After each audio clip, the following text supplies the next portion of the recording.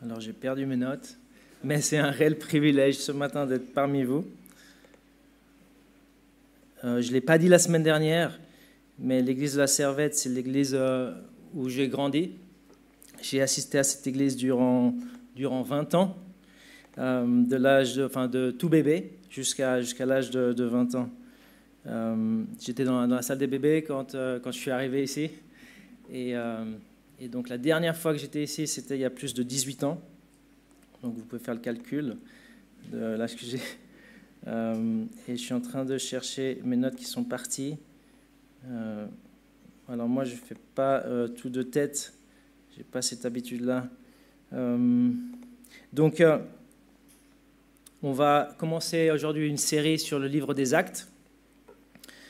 C'est un livre fascinant parce que Jésus agit dans ce livre.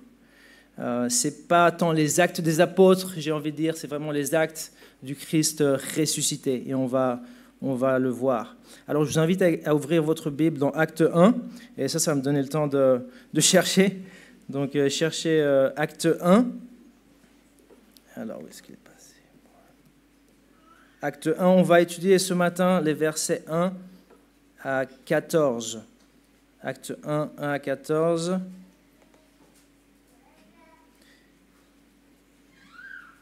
Voilà, et je voulais vous remercier aussi, parce que la semaine dernière, je vous ai dit qu'on avait des petits problèmes administratifs, et un de ceux-là, c'était que ma fille Lydia allait rater la rentrée de lundi, pour question d'un document qui nous manquait. Et donc, le lundi matin, tout s'est réglé. Donc, vraiment, merci à tous pour vos prières. Lydia a pu commencer l'école lundi matin. Donc, on va lire acte 1, verset 1 à 14. Moi, je vais lire dans la version second 21 que je découvre encore. Je comprends que c'est celle que la plupart ont. Moi, je la découvre encore. Ça fait plus de 10 ans que je ne lis pas la Bible en français, pour ainsi dire. Et moi, avant, je lisais la nouvelle Bible second, que j'aime beaucoup. Mais je vais prendre la seconde 21 ce matin. Et donc, cette série de actes, j'aimerais terminer le livre d'Actes un jour pas trop lointain. Donc il y a 28 chapitres. Donc ça veut dire qu'il faudra parfois peut-être prendre un gros morceau et pas s'arrêter sur tous les détails. Mais on va essayer de ne pas faire une série sur 2 ou 3 ans. En tout cas, je pense que c'est mieux comme ça. Mais ce matin, voilà, versets 1 à 14. Et donc on va le lire ensemble.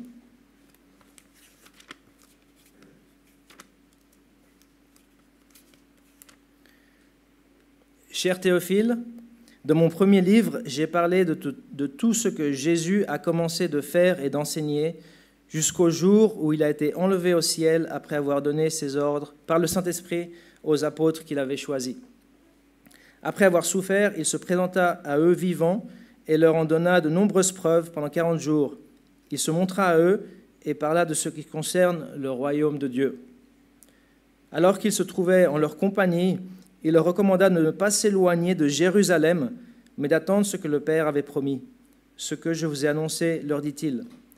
Car Jean a baptisé d'eau, mais vous, dans peu de jours, vous serez baptisés du Saint-Esprit.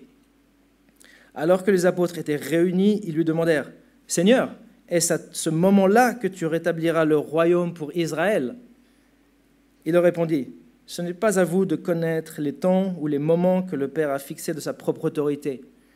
Mais vous recevrez une puissance lorsque le Saint-Esprit viendra sur vous, et vous serez mes témoins à Jérusalem, dans toute la Judée, dans la Samarie et jusqu'aux extrémités de la terre. » Après avoir dit cela, il s'éleva dans les airs pendant qu'ils le regardaient, et une nuée le cacha à leurs yeux. Et comme ils avaient les regards fixés vers le ciel pendant qu'ils s'en allaient, 2 hommes habillés de blanc leur apparurent et dirent, « Hommes de Galilée, pourquoi restez-vous à regarder le ciel ? Ce Jésus qui a été enlevé du ciel, du milieu de vous, reviendra de la même manière que vous l'avez vu aller au ciel. » Alors ils retournèrent à Jérusalem, de la colline appelée Mont des Oliviers, qui est près de Jérusalem, à la distance d'1 kilomètre environ. Quand ils furent arrivés, ils montèrent à l'étage dans la pièce où ils se tenaient d'ordinaire. Il y avait là Pierre, Jean, Jacques, André, Philippe, Thomas, Barthélemy, Matthieu, Jacques, fils d'Alphée, Simon le Zélote et Jude, fils de Jacques. Tous persévéraient d'un commun accord dans la prière avec les femmes, avec Marie, la mère de Jésus, et avec les frères de Jésus. On va prier pour remettre ce moment ce matin. Accompagnez-moi dans la prière. Père Céleste, quel privilège d'être ici ce matin. Merci pour ta bonté envers nous, notre famille et notre Église. Merci pour maintenant pouvoir nous tourner vers ce livre des Actes que tu as voulu que nous ayons entre nos mains pour apprendre et pour imiter et pour surtout te voir agir au travers de ton Église. Bénis-nous dans cette étude ce matin et dans cette série, qu'on puisse être encouragés dans notre foi, encouragés ensemble à te suivre, à cheminer, à grandir et à attendre tes promesses, à attendre ton retour comme on l'a chanté. On te le demande au nom de Jésus-Christ. Amen. Avant l'action, l'intercession. C'est le titre du message de ce matin. En fait, j'aurais dû arriver ici en mai. On a célébré l'ascension de Jésus le 9 mai. L'équipe pastorale m'avait proposé de venir en mai, mais voilà, pour des raisons qui n'étaient pas dans notre... qu'on ne pouvait pas décider, on a dû rester jusqu'en juillet aux USA. Ce passage-là est le seul passage hors des évangiles qui nous parle de l'ascension. Luc, l'évangile de Luc, termine avec l'ascension et Actes commence avec l'ascension de Jésus.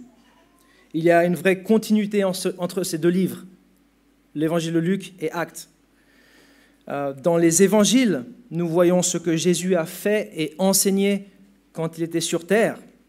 Et dans Actes, nous avons, je pense, ce que Jésus a continué de faire et d'enseigner.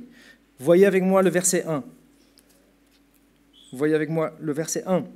Et dire, cher Théophile, dans mon premier livre, une référence à l'évangile de Luc, j'ai parlé de tout ce que Jésus a commencé de faire et d'enseigner.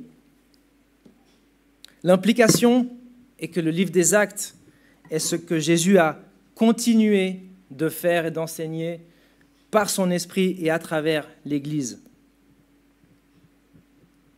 Donc ce livre, c'est surtout un livre sur Jésus. Alors, nous, on a le titre « Actes des apôtres ». Mais il faut savoir que ce titre n'était pas le titre qu'on a reçu dans les copies les plus anciennes.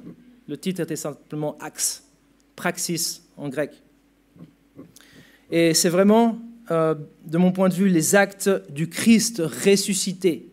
Et je crois que Luc pointe à cela quand il dit que dans le premier livre, il a parlé de tout ce que Jésus a commencé à faire, mais il n'a pas fini. Et il continue, on voit ce qu'il a fait dans ce livre, et j'ai envie de dire, il continue aujourd'hui d'agir par son esprit au travers de l'Église.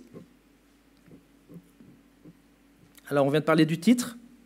Moi, si je devais donner un titre, je dirais « Acte du Christ ressuscité ». Acte du Christ ressuscité. Parlons maintenant un peu de l'auteur. Qui est l'auteur de ce livre des Actes?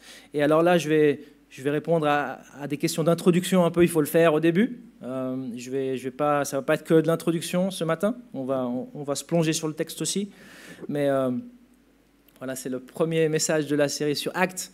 Qui est l'auteur de ce livre? Strictement parlant, c'est un livre anonyme. Si tu as lu avec moi, ce n'est pas marqué « Moi, Luc, serviteur de Dieu, et Timothée, par exemple, à vous qui êtes à Rome ou dans l'Empire romain ».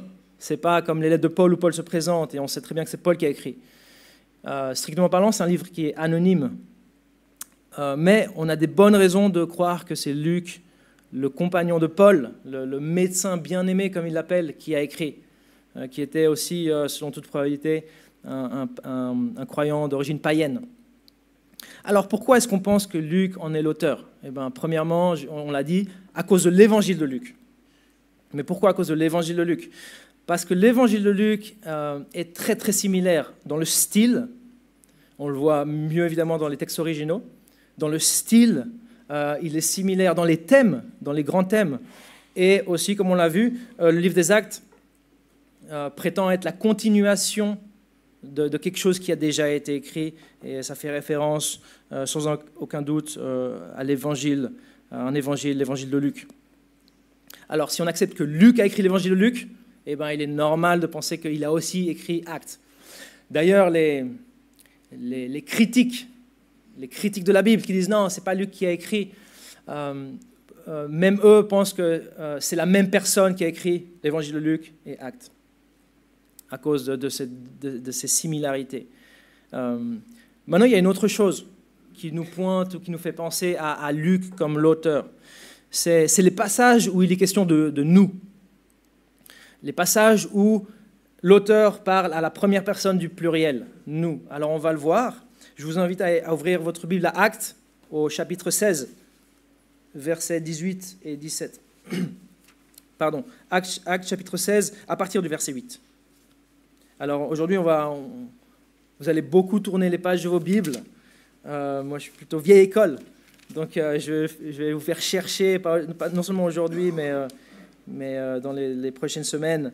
Donc allons à Acte 16, verset 8.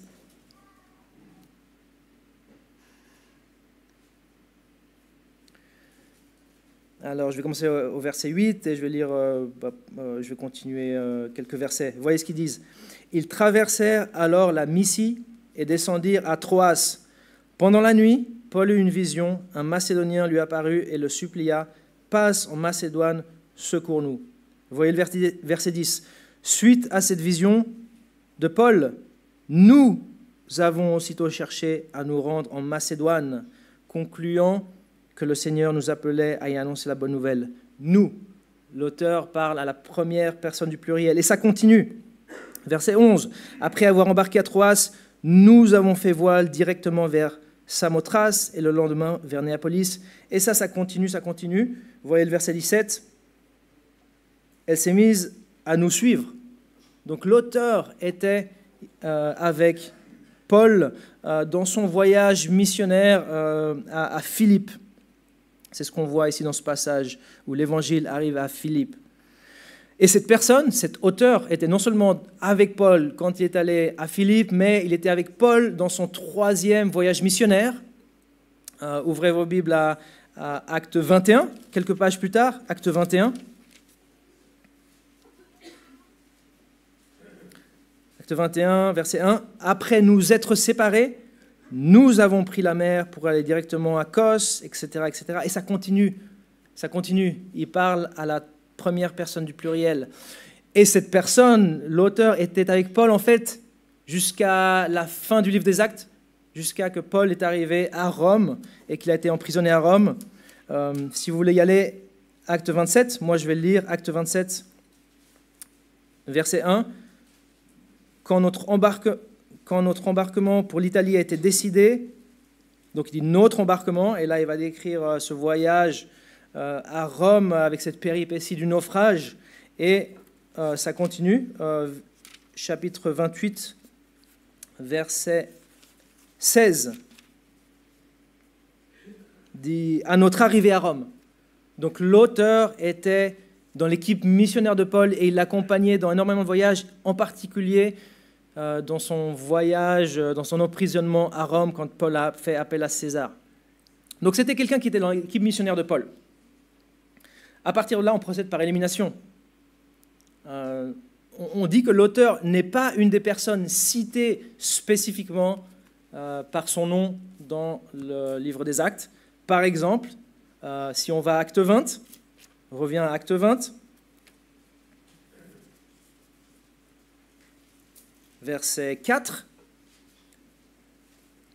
Donc on procède par élimination. On sait que c'est quelqu'un qui était avec Paul dans ses voyages missionnaires, mais ça ne peut pas être les gens qui sont cités ici. Acte 20, verset 4, il y avait pour l'accompagner, donc Paul, pour l'accompagner, Sopater de Bérée, Aristarque et Secundus de Thessalonique, Gaius de Derbe, Timothée, donc on sait que ce n'est pas Timothée, par exemple, etc., ainsi que Tychik et Trophime, originaires d'Asie. Ceux-ci prirent les devants et nous attendirent à Troas de notre côté, etc., etc. Donc on sait que ce n'est pas une des personnes qui sont citées là. Donc après, on fait une hypothèse, on se dit, ok, c'était quelqu'un qui était dans l'équipe missionnaire de Paul, mais ce n'est pas toutes ces personnes-là. Qui est-ce que ça peut être? On fait l'hypothèse que Paul mentionne peut-être cette personne, l'auteur du livre des Actes, dans ses lettres. En particulier, les lettres qu'il a écrites depuis Rome, quand il était emprisonné. Parce que c'était quelqu'un qui l'a accompagné jusqu'à Rome, c'était quelqu'un qui était très proche de Paul. Ils ont fait un voyage missionnaire ensemble. C'est un peu, ils ont souffert ensemble, c'est un peu comme faire l'armée ensemble. C'est quelqu'un que tu te rappelles. C'est un bon ami.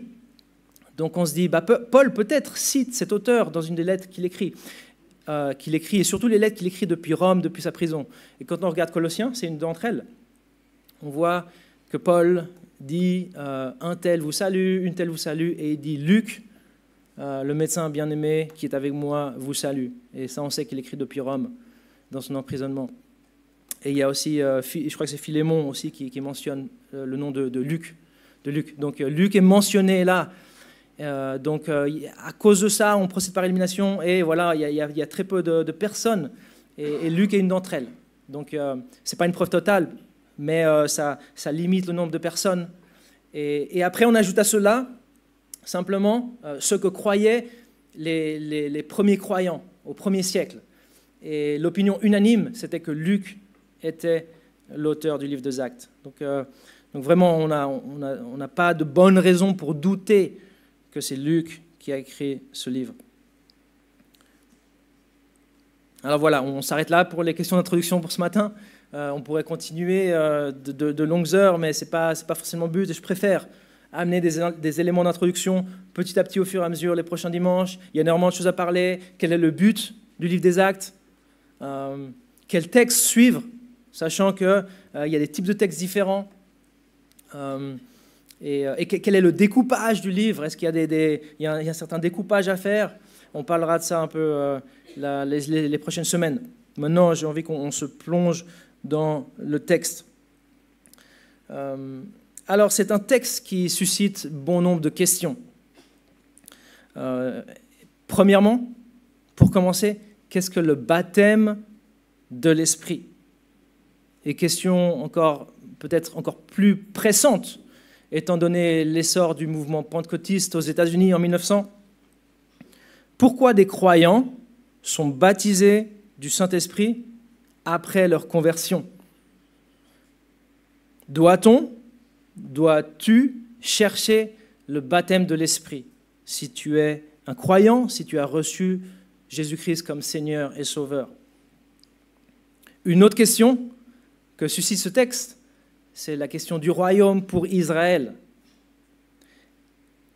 Les apôtres avaient-ils raison d'attendre un rétablissement ou une restitution, suivant comment on traduit ce mot, du royaume pour Israël? Y a-t-il quelque chose de la sorte dans l'agenda de Dieu pour Israël? Y a-t-il une composante physique, territoriale, géopolitique à ce royaume pour Israël, ou est-il uniquement spirituel? Alors, allons dans l'ordre. On va prendre premièrement cette question du baptême de l'Esprit, parce que Jésus leur dit, dans peu de jours, vous allez être baptisés de l'Esprit. Restez à Jérusalem, attendez, vous allez être baptisés de l'Esprit. Donc Jésus, avant d'être ascendu au ciel, ça se dit ça, ascendu? Avant d'être monté? Mais on dit descendu par contre, non? Mais on ne dit pas ascendu. Jésus, avant d'être monté au ciel, dit à ses apôtres de rester à Jérusalem jusqu'à recevoir ce que le Père avait promis. On va le lire ensemble. Retournez à Acte 1, versets 4 et 5. Acte 1, versets 4 et 5.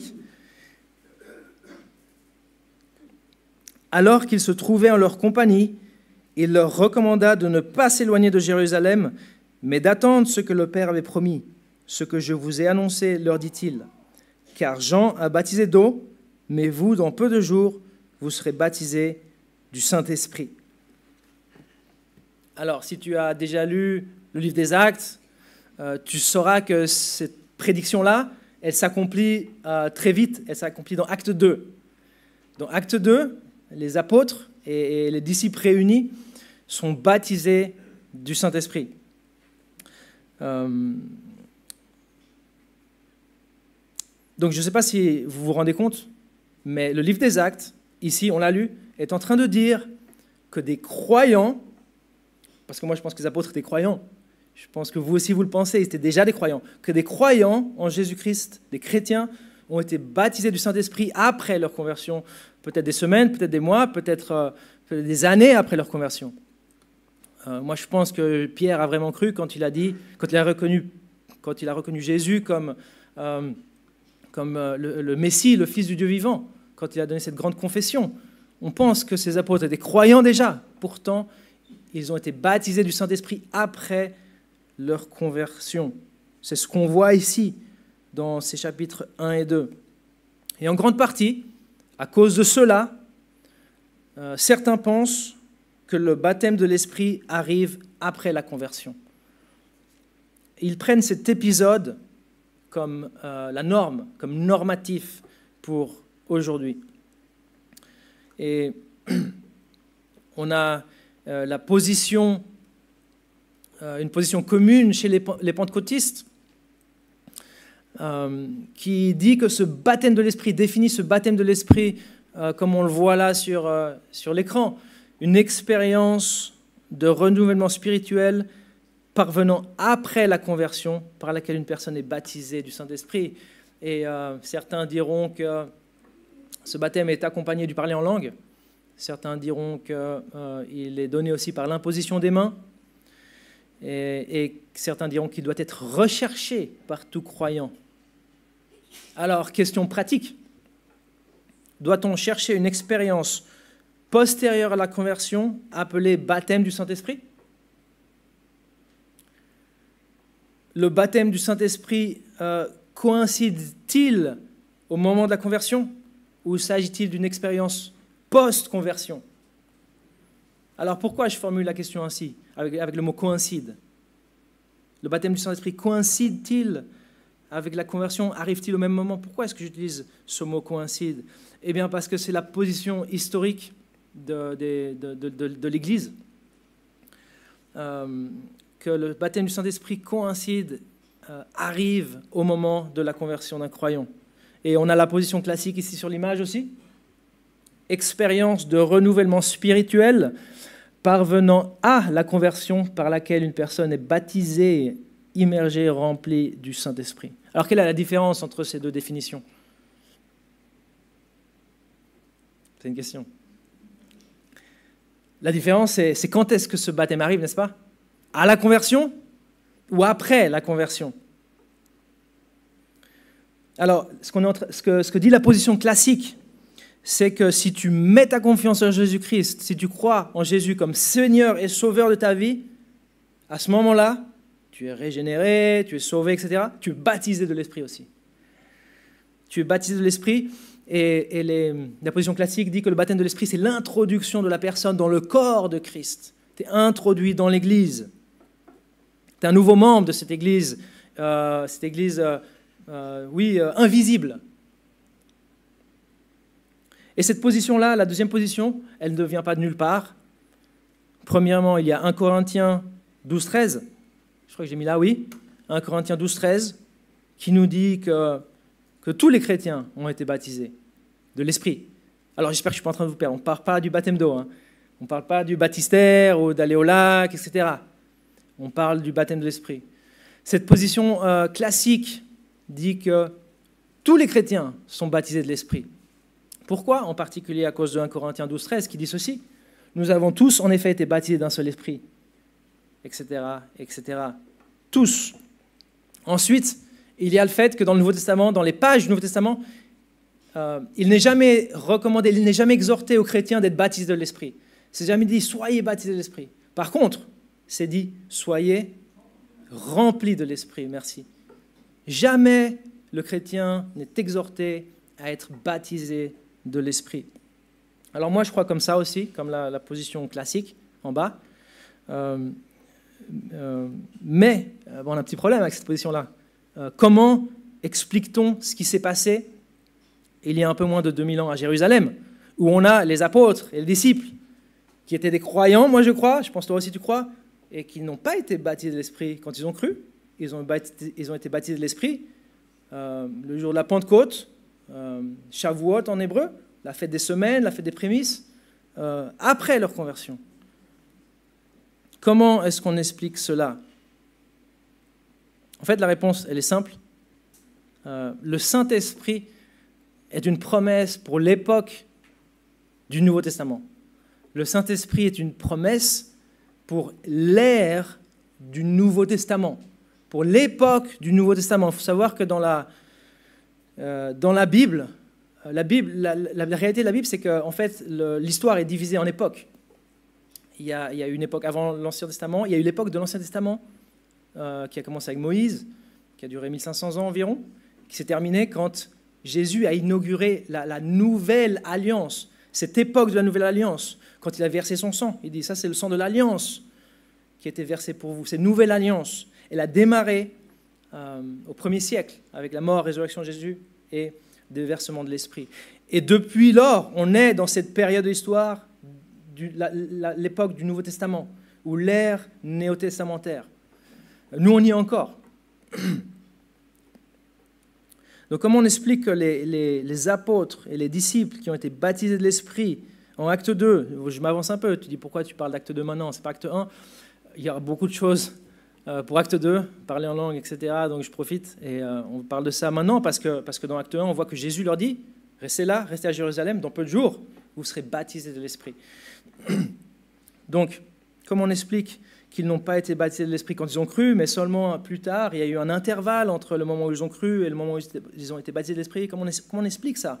Si la position que l'Église historiquement a prise est que ça arrive au moment de la conversion, eh ben, la réponse c'est que le Saint-Esprit est une promesse pour l'époque du Nouveau Testament. Je vais expliquer. Dans la période de l'Ancienne Alliance, de l'Ancien Testament, je lis ces deux mots de manière synonyme. La venue du Saint-Esprit était annoncée, mais pas accomplie. C'était quelque chose de futur. C'était quelque chose de prédit, mais qui n'était pas encore arrivé. Alors le mieux, peut-être, c'est le voir avec nos propres yeux. Je t'invite à ouvrir ta Bible dans Ézéchiel. Ézéchiel, chapitre 36, verset 25.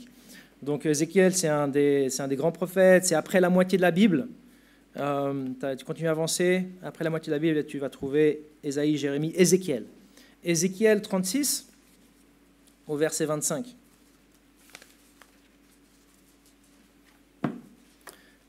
Alors, je ne suis pas en train de dire que le Saint-Esprit n'était pas présent dans l'époque de l'Ancien Testament, mais c'était différent.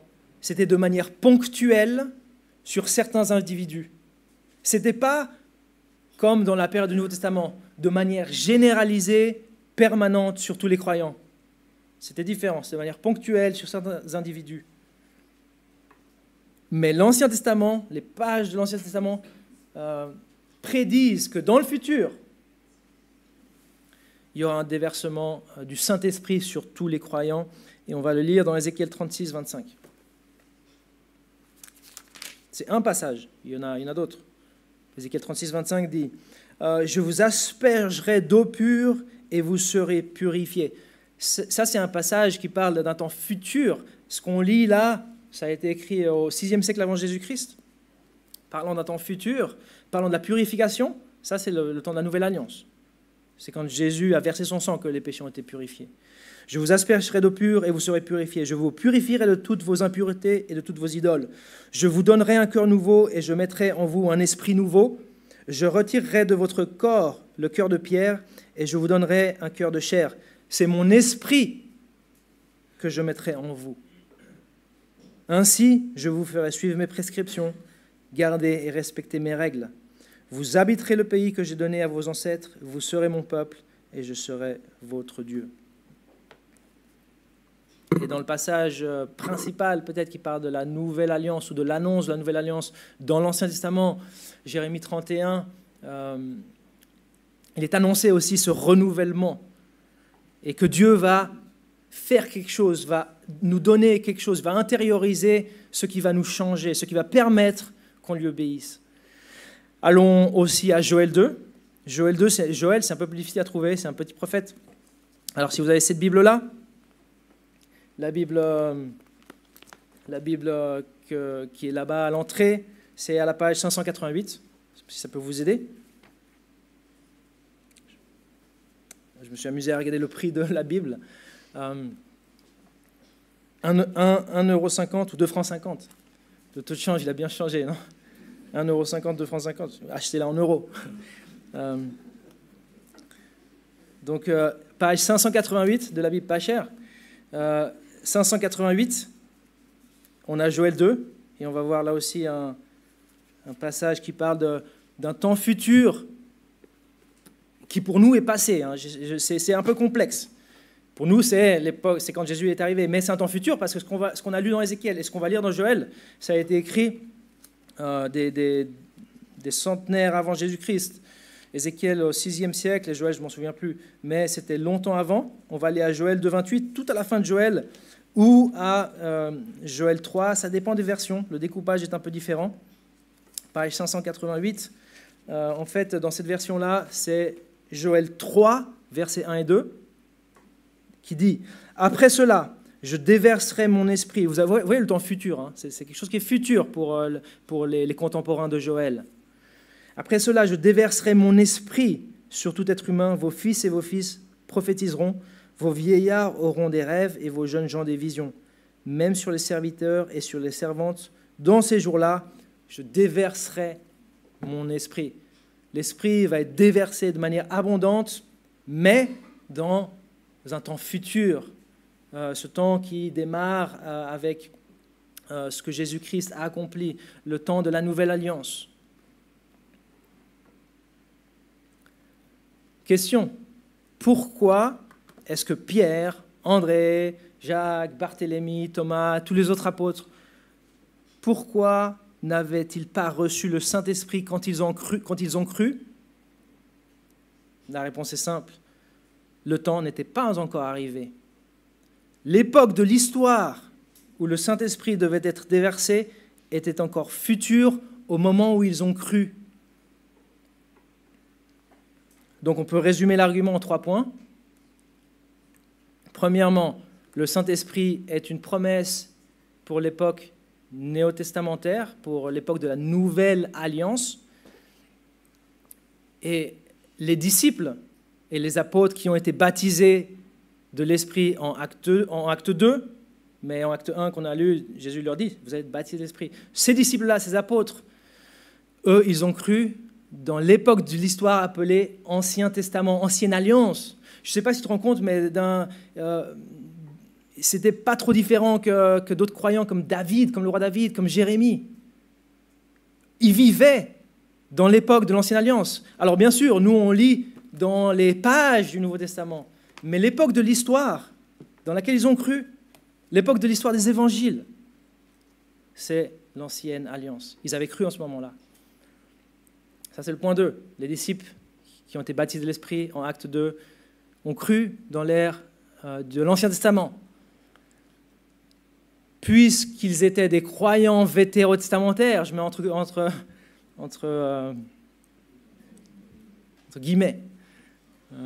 entre guillemets, j'ai oublié les mots, j'ai parlé trop longtemps en anglais, entre guillemets, c'était des croyants, entre guillemets, vétérotestamentaires, anciens testamentaires, ils ont cru pendant le temps de l'Ancienne Alliance. Il est normal qu'ils n'avaient pas été baptisés de l'Esprit quand ils ont cru. En fait, tout est normal. Alors, avec toute cette étude, est-ce que toute cette étude nous est utile? Eh bien oui, surtout dans le contexte actuel où il y a énormément de confusion de part et d'autre dans le monde chrétien. Premièrement, ce qu'on est en train de dire, c'est que ce qui s'est passé ici dans Actes 1 et 2 n'est pas la norme pour aujourd'hui. Pour être très spécifique, je suis en train de dire que tu n'as pas besoin d'attendre un baptême de l'Esprit. Et je le dis parce que moi j'ai entendu dans certains cercles, oui, tu dois rechercher le baptême de l'Esprit, tes croyants, c'est très bien, mais recherche le baptême de l'Esprit. Je crois qu'il y a une grande confusion ici. c'était une période de transition, le livre des Actes. Et on ne peut pas en tout cas croire que ce qui s'est passé avec les apôtres est pour nous aussi. Nous, c'est bien différent. Toi, c'est bien différent. Toi, tu as cru en Jésus dans la période de l'histoire appelée la Nouvelle Alliance. Toi, tu as cru dans la période de l'histoire appelée la Nouvelle Alliance, à moins que tu sois très, très, très, très vieux. Mais toi, tu as cru dans la période de l'histoire qui s'appelle la Nouvelle Alliance, le baptême du Saint-Esprit et ta conversion coïncident. Dans notre temps, le temps de la Nouvelle Alliance, démarré quand Jésus a versé son sang sur la croix, la conversion et le baptême de l'Esprit coïncident. Alors, la conversion et le baptême de l'Esprit coïncident, à moins que Dieu veuille transmettre un message. On ne peut pas non plus mettre Dieu dans une boîte. Et Dieu peut décider, s'il le désire, de retarder le baptême du Saint-Esprit à certains croyants. C'est ce qu'il a fait dans Acte 8. Et on va le voir dans quelques semaines et on va l'expliquer. Alors voilà, on va reparler de ces choses-là, ne vous inquiétez pas, il n'y a pas de test à la fin, il n'y a pas d'examen. On va y reparler, mais voilà, Jésus dit, restez à Jérusalem, dans quelques temps, vous allez être baptisés de l'Esprit. Donc on doit se poser ces questions. Est-ce que c'est pour nous aussi? Est-ce qu'on doit être baptisé de l'Esprit aussi, nous aussi? Oui ou non? Et donc on a conclu en disant que ce n'était pas normatif ce qui s'est passé là, parce que c'était un cas très particulier où ses disciples avaient cru à une époque où le Saint-Esprit n'était pas censé être arrivé à cette époque. L'Ancien Testament disait non, le Saint-Esprit c'est pour l'époque de la Nouvelle Alliance, c'est pour plus tard. Alors, continuons avec le texte maintenant, parce qu'en fait, ce que leur dit Jésus, dans quelques jours vous allez être baptisés de l'Esprit, ça suscite une question dans la tête des apôtres. Donc on va le voir, versets 6 et 8. Acte 1, versets 6 à 8. Retournons aux Écritures du Nouveau Testament.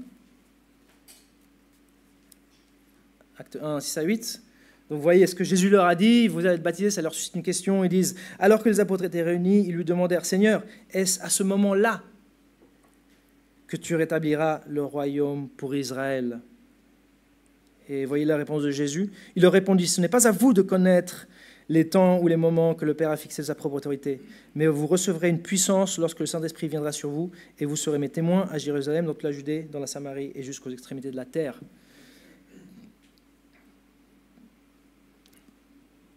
Les apôtres parlent du royaume pour Israël. D'où sort-il cette idée? Simplement des Écritures. Des Écritures dans leur Bible à eux, qui était l'Ancien Testament, il est question du royaume pour Israël, surtout dans les prophètes, mais déjà avant, dans les psaumes. Israël a eu un roi et un royaume. Le premier roi était Saül, après il y a David, Salomon, etc. Ils ont eu un roi et un royaume, et ce royaume s'est achevé à cause des péchés du peuple.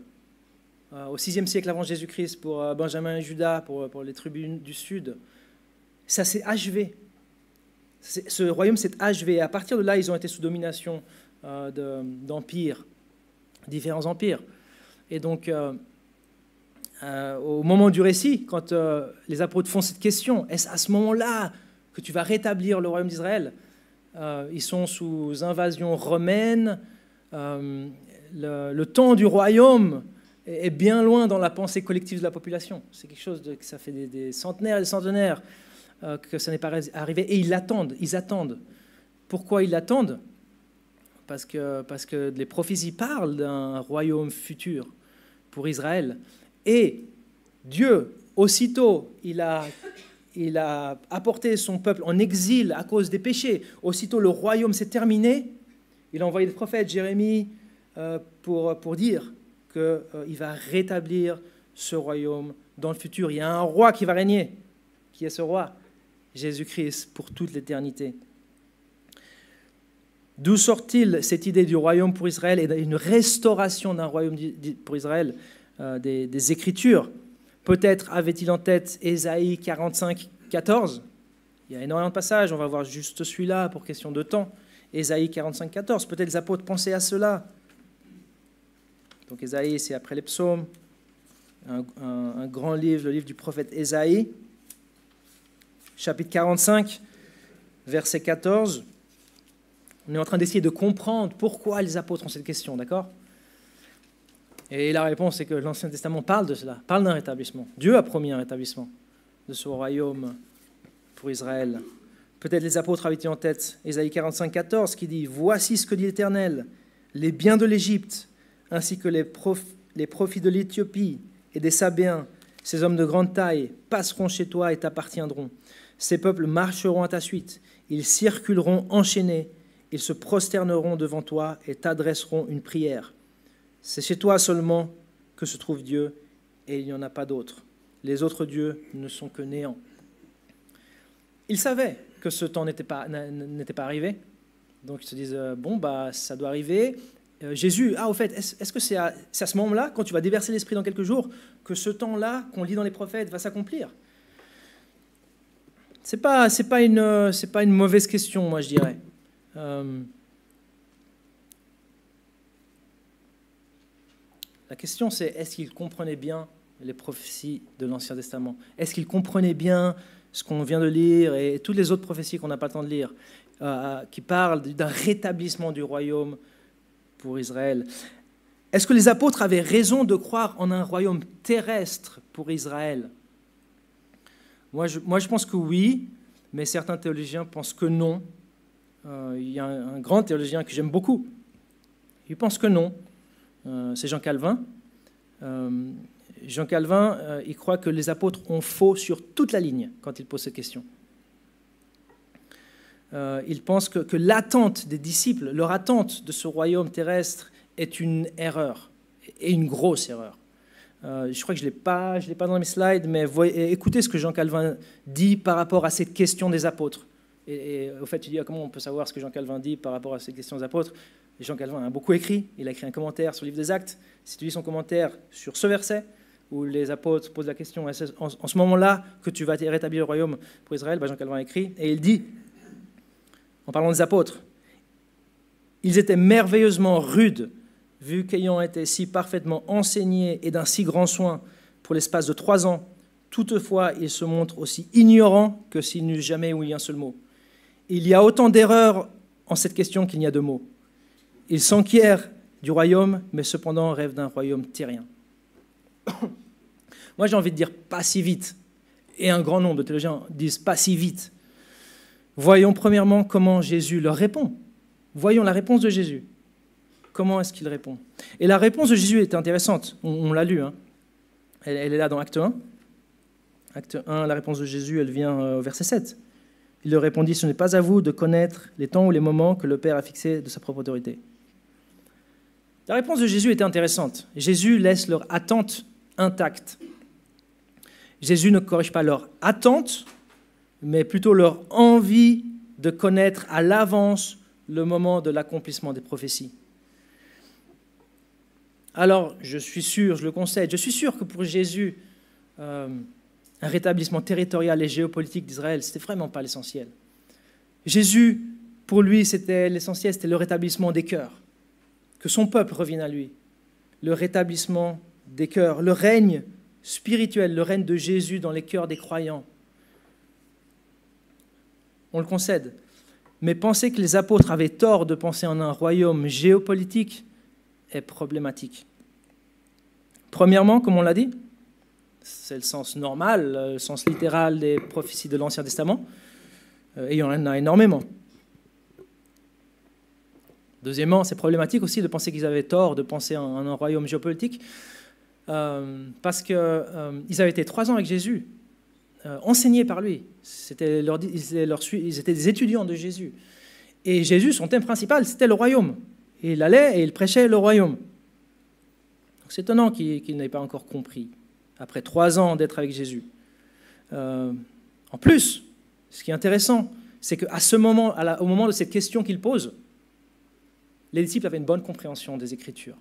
Accompagne-moi à Luc 24, 45, parce que c'est vrai que les apôtres, si tu lis les évangiles, ils ne comprennent pas les Écritures. Ils ne comprennent pas les Écritures, les apôtres dans les évangiles. Ils sont encore durs, ils manquent de foi. Mais j'ai envie de dire qu'à ce moment-là, quand il pose cette question de Acte 1, c'était un peu différent. Va à Luc 24, 45. Luc, Matthieu, Marc, Luc 24, 45. Tout à la fin de l'Évangile. Donc Jésus ressuscite, se présente vivant, mange avec les apôtres. Et on va commencer au verset 44, Luc 24, 44. Puis Jésus leur dit, « C'est ce que je vous disais lorsque j'étais encore avec vous. Il fallait que s'accomplisse tout ce qui est écrit à mon sujet dans la loi de Moïse, dans les prophètes et dans les psaumes. » Alors, Jésus leur ouvrit l'intelligence afin qu'ils comprennent les Écritures. Jésus leur a ouvert l'intelligence. Donc quand même, ça serait intéressant que dans Acte 1, ils ont faux sur toute la ligne à poser cette question. Est-ce en ce moment-là que tu vas rétablir le royaume d'Israël? Si les disciples étaient encore dans l'erreur, dans Acte 1, s'ils étaient encore dans l'erreur, c'était l'occasion idéale pour Jésus de finalement corriger cette mauvaise compréhension. Mais Jésus laisse leur attente intacte.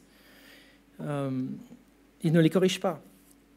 Et voilà, ça mérite une étude complète, mais on pourrait regarder Jésus, comment il traite avec ces choses-là. Et Jésus, systématiquement, avait corrigé la mauvaise compréhension des apôtres. Systématiquement. Il avait corrigé la mauvaise compréhension des apôtres. Il ne les laisse pas dans une mauvaise compréhension.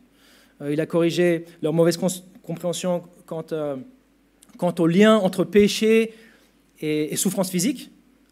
Dans l'épisode de l'aveugle né de naissance, il a dit non, ça n'a rien à voir. Il avait corrigé énormément de choses. Mais là, il ne le fait pas.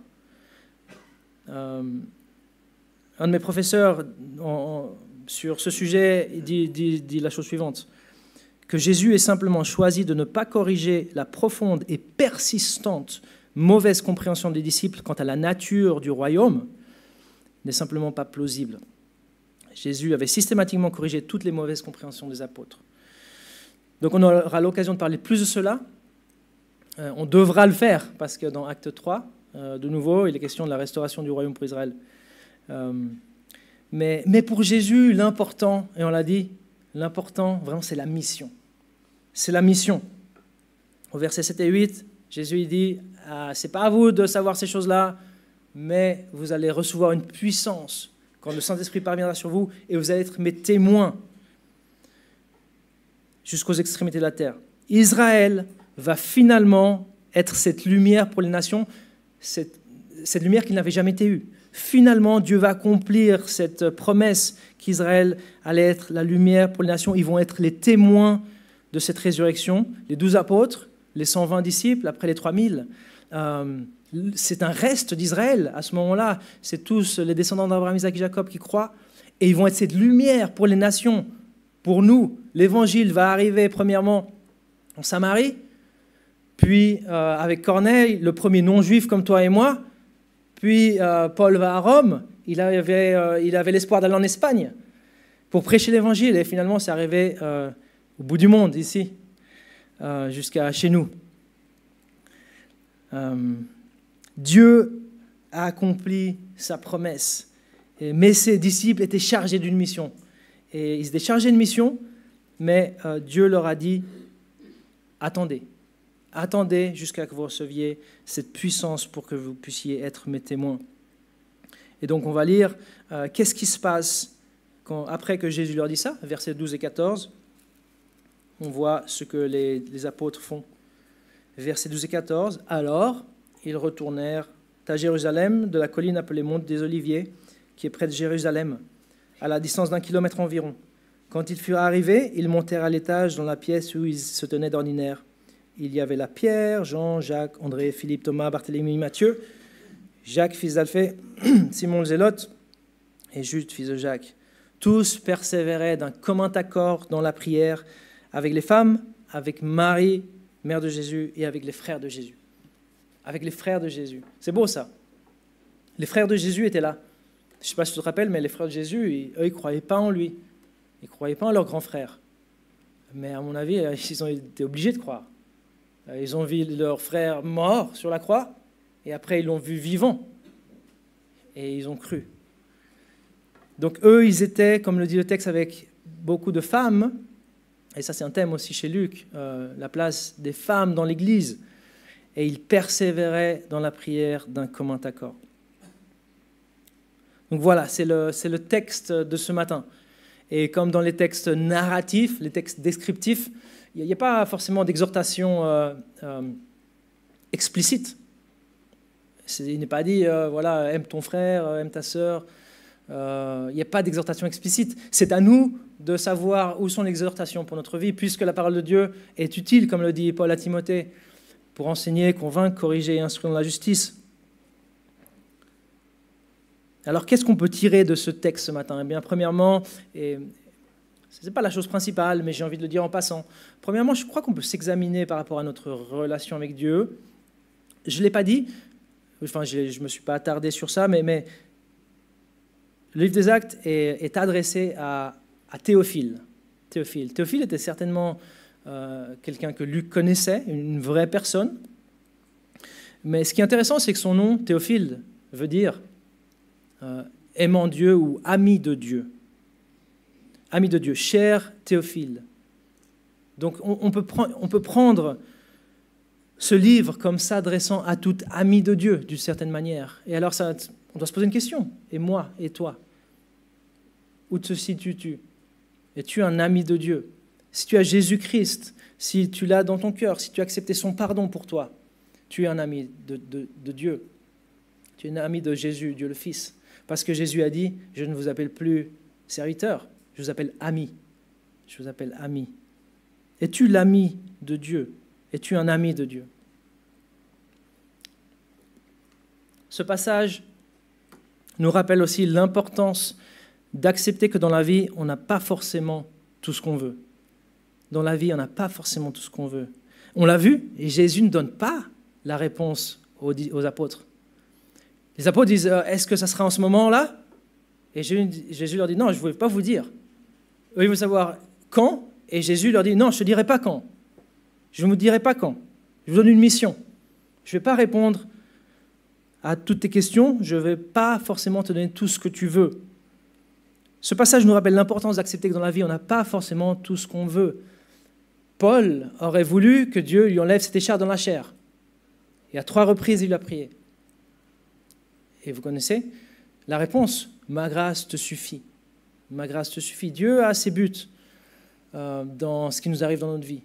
Et ce passage nous rappelle l'importance d'accepter que dans la vie, on n'a pas forcément tout ce qu'on veut. Alors, acceptons-nous cela? Peux-tu avancer même si Dieu ne t'accorde pas ce que tu lui demandes? Peux-tu avancer même si Dieu te dit non, pas pour l'instant? Non, pas pour l'instant.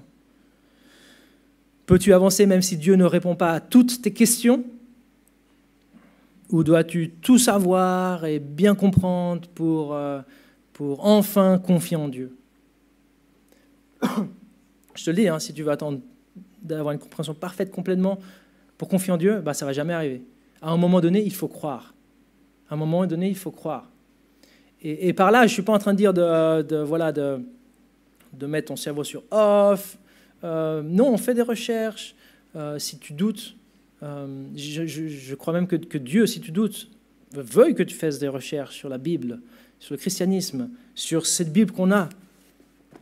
Mais ces recherches, même si elles te donnent toute l'assurance que tu veux, des raisons pour croire, toutes ces recherches, elles ne vont pas te soustraire à cette nécessité de croire. On peut avancer, même si on n'a pas toutes les réponses, même si on aimerait quelque chose de plus. Dieu nous demande d'avancer quand même. L'étude de ce matin, elle nous rappelle l'importance de mettre les choses dans leur contexte. On a pu expliquer que des croyants ont été baptisés de l'Esprit après leur conversion, parce qu'on a mis l'épisode qu'on a lu dans son contexte historique. C'était une période de l'histoire charnière. Ces apôtres n'avaient pas été baptisés de l'Esprit quand ils ont cru, parce qu'ils avaient cru avant l'ère du Nouveau Testament, dans laquelle Dieu avait dit que je vais déverser mon esprit à ce moment-là. Quand le temps est arrivé, ces personnes, ces apôtres, ont reçu le Saint-Esprit, parce que c'était des croyants. Alors, si tu recherches encore quelque chose, recherche la plénitude de l'Esprit, être rempli de l'Esprit. Recherche cela. Ce passage nous rappelle Donc ça c'était le point 2. Hein. Un texte hors de contexte n'est qu'un prétexte. Les Américains, ils aiment bien les petites phrases comme ça. Mais c'est ça, c'est dangereux. Et c'est dangereux, et on peut aussi prendre un texte hors contexte, et voilà, c'est juste un prétexte pour faire quelque chose. Non, il faut prendre le texte dans son contexte historique. Aujourd'hui, c'était le contexte historique qui était utile. Et finalement, ce passage nous rappelle l'importance de la prière. J'ai intitulé mon message « Avant la mission, l'intercession » ou « Avant l'action, l'intercession », parce que je crois que l'exemple des disciples est à imiter. Et dans ce livre des Actes, on va voir des bons exemples et des mauvais exemples. Et c'est à nous de savoir, d'apprendre de ces exemples. On peut imiter les bons exemples. Paul a dit imitez-moi et ceux qui marchent comme moi. Donc on peut apprendre d'autres chrétiens et on peut apprendre de ces chrétiens-là. Et ces chrétiens-là, qu'est-ce qu'ils ont fait quand ils ont dû attendre, quand ils ont été obligés à attendre? Ils ne se sont pas allumés la télé pour faire quelque chose et pour perdre leur temps, comme on le ferait nous. Tu me diras, ils n'avaient pas de télé, mais ils avaient d'autres choses à faire. Non, Dieu leur a obligés à attendre. Et qu'est-ce qu'ils ont fait? Ils ont prié. Ils n'ont pas rempli leur agenda de choses à faire. Ils ont prié. Peut-être Dieu te force à attendre. Peut-être il te force à attendre parce que voilà, tu es en recherche d'emploi et tu as un moment, tu es obligé d'attendre. Prie, verse-toi dans la prière, comme ces apôtres et ceux qui étaient réunis avec eux, ces femmes qui se sont déversées dans la prière, dans l'attente de ce que Jésus avait promis. Peut-être que tu dois attendre parce que simplement tu as raté le train. Pourquoi tu ne prierais pas? Peut-être tu dois attendre parce que les bureaux sont fermés jusqu'à la rentrée. Moi, ça m'est arrivé. Voilà, il y a des temps pour prier. Quand Dieu t'oblige à attendre, que fais-tu? Que fais-tu quand Dieu t'oblige à attendre dans ta vie? Avant la mission, l'intercession. Mais pour être précis, ce passage il nous encourage surtout à la prière communautaire. Communautaire. Les disciples persévéraient ensemble, d'un commun accord. Moi, je suis venu à la réunion de prière ce lundi, ici. J'ai eu la bonne surprise de trouver pas mal de frères et sœurs réunis ici, lundi à 19h30. C'est Roland qui a dirigé ce moment, et on a pu prier pour notre vie personnelle, pour notre Église et pour le monde entier. Et c'était un très bon moment. On était un bon nombre, surtout pour une période où il y en a encore qui étaient en vacances. Mais par rapport au nombre qu'on est le dimanche matin, c'est encore une petite fraction. C'est seulement une petite fraction. Et comme nouveau pasteur, moi, j'ai envie simplement de poser la question, de vous écouter par rapport à la réunion de prière. Je crois que c'est important de se réunir. C'est ce qu'ont fait les disciples. Et Dieu agit quand on prie. Et moi, je veux vous encourager, je veux aussi vous écouter par rapport à la réunion de prière. Quels sont les obstacles à celle-ci pour vous? Est-ce que c'est trop long? Est-ce que c'est l'heure de la réunion? Est-ce que c'est la distance depuis chez toi? Est-ce que c'est la timidité de prier en public? Et si c'est ça, je te rassure, personne n'est obligé à prier. Si tu dis « Amen » à la fin de la prière de ton frère, tu es en train de prier avec chacun d'entre nous. Quels sont les obstacles pour que nous puissions prier comme ces disciples d'un commun accord? Peut-être c'est les enfants. Alors moi, j'en sais quelque chose et il y en a qui en savent beaucoup plus. Oui, j'en sais quelque chose. Nous, avec Milly, on a dû des fois faire un tournus pour pouvoir être à la réunion de prière. Qu'est-ce qui nous retient? Est-ce le jour de la semaine? Ça a été fait le lundi, pour une raison historique. Mais on est ouvert, si plus de monde peut venir, de changer ça aussi. Qu'est-ce qui nous retient? Alors, je reste à votre écoute. J'aimerais bien, individuellement, vous me disiez, vous parliez avec moi par rapport à cela. Mais cette exhortation à la prière, je crois que c'est vraiment l'exhortation implicite de ce passage. C'est l'exemple des apôtres. Ils sont obligés d'attendre et savent qu'ils ont une grosse mission devant eux. Et qu'est-ce qu'ils font avant? Ils prient. Ils prient. Alors, on va prier pour terminer ce message ce matin. Père Céleste, merci pour ce livre des Actes. Merci parce que, comme on l'a dit, c'est toi, Jésus, qui continue de faire et d'enseigner. Quand tu étais sur terre, tu as commencé à faire et enseigner. Et tu continues à travers ton esprit et par ton Église, par chacun d'entre nous, quand nous sommes unis pour cette mission. Seigneur, merci pour avoir pu être encouragé à cette prière communautaire, suivre cet exemple des disciples. Aide-nous à savoir où sont nos priorités et à mettre cette priorité sur la prière avec les frères, avec les sœurs. Tu nous enseignes aussi en passant des petites choses que tu ne vas pas toujours nous donner les réponses à nos questions, mais tu veux qu'on avance quand même. Tu as quand même une mission pour nous. Pardonne-nous, Père, quand on est bloqué, quand on ne veut pas faire avancer avec toi parce qu'on pense que tu nous dois quelque chose. Aide-nous à avancer dans la foi, sachant que tu as le meilleur en vue pour nous et qu'en ton temps, tu nous donneras ces réponses, les réponses à nos questions. Seigneur, bénis-nous dans cette étude du livre des Actes. Je te le demande au nom de ton Fils Jésus. Amen. Alors, de la semaine prochaine, on va continuer avec Acte 1. On va voir l'élection de Matthias, aussi des sujets intéressants. On va parler de si c'est une façon de faire à imiter ou pas. Venez, lisez ce livre des Actes. C'est la lecture pour ce mois d'août. Je vous encourage en tout cas à vous préparer.